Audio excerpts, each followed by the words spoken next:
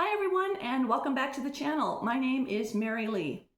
Well, if you've been around any of the non-denoms for any amount of time, what you've been told about cessationism, if you've been told anything, is probably that they don't believe in healing, they don't believe in miracles, and they don't believe in tongues. I actually read something the other day that said that cessationists were the modern day Pharisees because they don't believe in the power of God.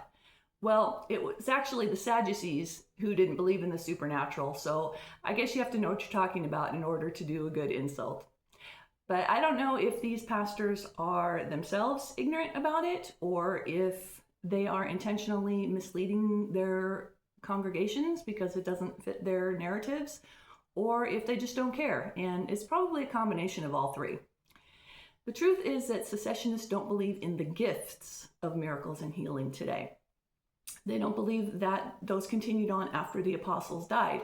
This is based on 1 Corinthians 13, 8 through 10, which says that tongues will cease, etc. And when that which is perfect has come, then that which is imperfect will be done away with. And what they believe is that which is perfect is the closed canon of Scripture. That these miracles and healings followed the apostles to confirm the truth of the gospel while the Scriptures were still being written. And they have a point here. I mean, let's look around at the world today. As Rush Limbaugh used to say, don't be afraid to believe your own eyes. Don't be gaslighted. Is there anyone alive in the world today who can put their hand on someone and say, be healed, and their amputated arm grows back in front of everyone present? If there were, everyone in the world would know about him. He would be the biggest rock star in the world. Hospitals would be begging him to come and heal all their sick, and rich people would be trying to hire him to come and heal their loved ones.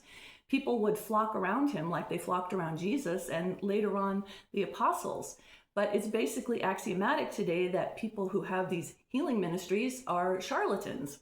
So is that to say that God never heals people or never does miracles? No, of course not.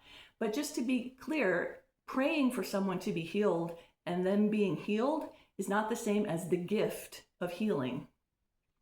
As for tongues, the Bible always talks about tongues in terms of known languages and being able to communicate the gospel to someone who doesn't speak your language. So if I were trying to communicate the gospel to someone who speaks French, could God make me suddenly able to speak French? Sure, why not?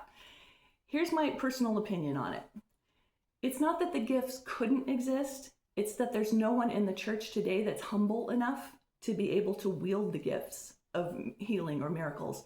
Think of the massive temptation it would be to pride and fame, and even these celebrity pastors that we see, every week we read that they're dropping left and right.